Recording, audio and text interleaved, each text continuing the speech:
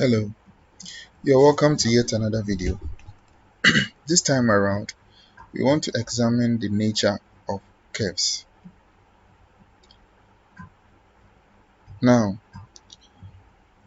we will start by looking at um, our linear curves or our linear equations. Then move to quadratic equations and also take a look at cubic equations. And if possible, add some form of transformations that are applied to such curves. So let's take a look at an example of a linear equation. Now this equation can be in the form 2x plus 5. So because we said it is a linear equation, you realize that the output is a line. The output is a line. We have a straight line. Now the straight line has a slope of 2. The straight line that we have obtained has a slope of 2. Basically, it has a slope of 2 because it was in the form y is equals to 2x plus 5. And in view of that, the slope is going to be 2. Because what we had is an equation in a slope-intercept form. Right. Now, quickly, let's turn our attention to a quadratic graph. Remember, the quadratic graph can be a maximum graph or a minimum graph. So let's take a look at something. The case where we have 1 being minimum and 1 being maximum. And we also examine why they are said so, or they are called such names. So an example, x squared plus 2x plus 3. Let's see how this curve comes out. Good. So over here we have a curve x squared plus 2x plus 3, which produces this green outline. Right. Now note that the equation or the quadratic equation given was x squared plus 2x plus 3. Now look at what is happening. Such curves are usually called the minimum curves.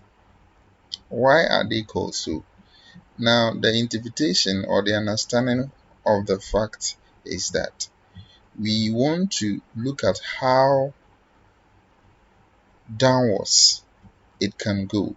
And moving downwards implies how minimum the curve will be.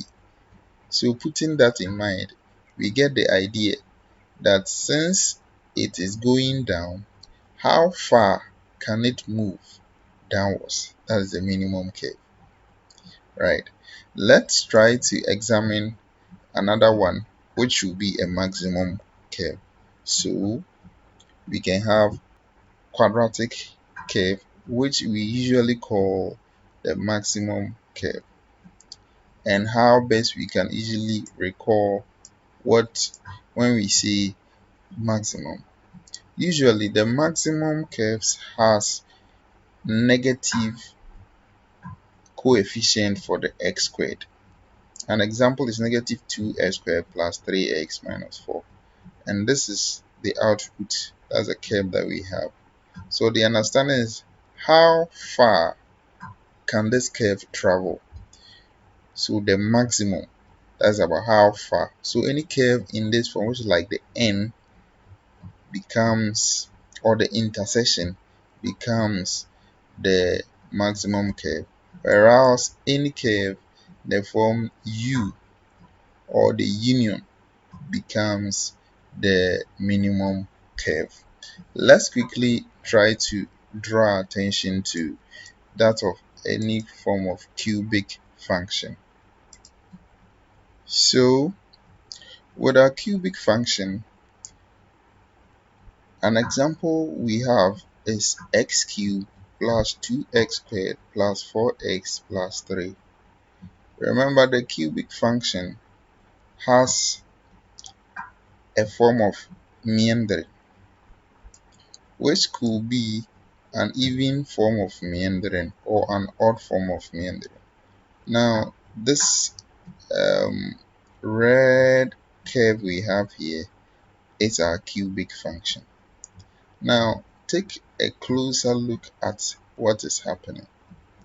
Remember that the initial point of the curve, that is looking, since we read from left to right, we have to consider from left to right first. So from left to right, you realize that it begins like, it looks like it is a maximum curve in the case of the quadratic, and later on behaves like a minimum curve in the case of the quadratic. So the trick here is that for the cubic function, the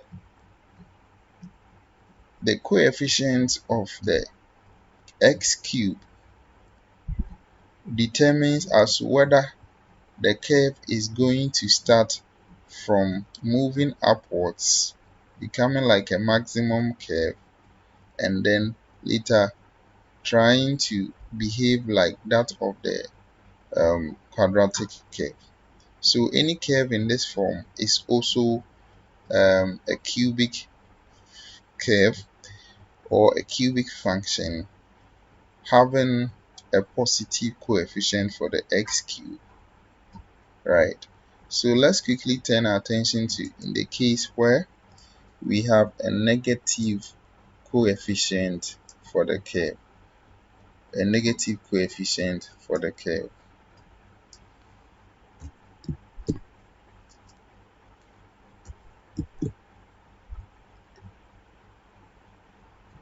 Now, in the case where we have a negative coefficient for the curve, realize that it is switched, where we have negative 2x cubed plus 2x squared plus 4x plus 1, right?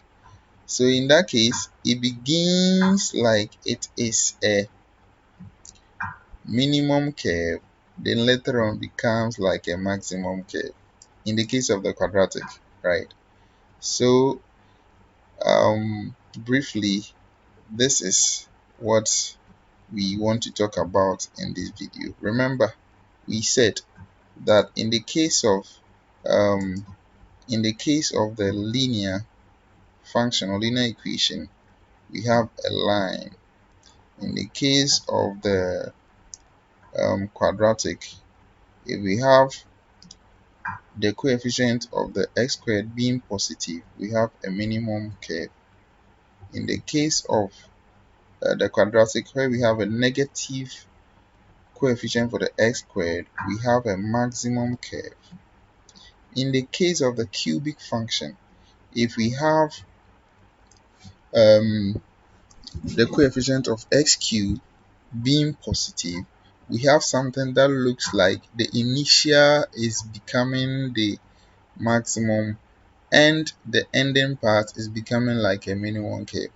In the case where we have a negative coefficient for the x cube, the initial is becoming like a minimum curve and the ending is becoming like a maximum curve. Thank you so much for watching and see you next time. Bye.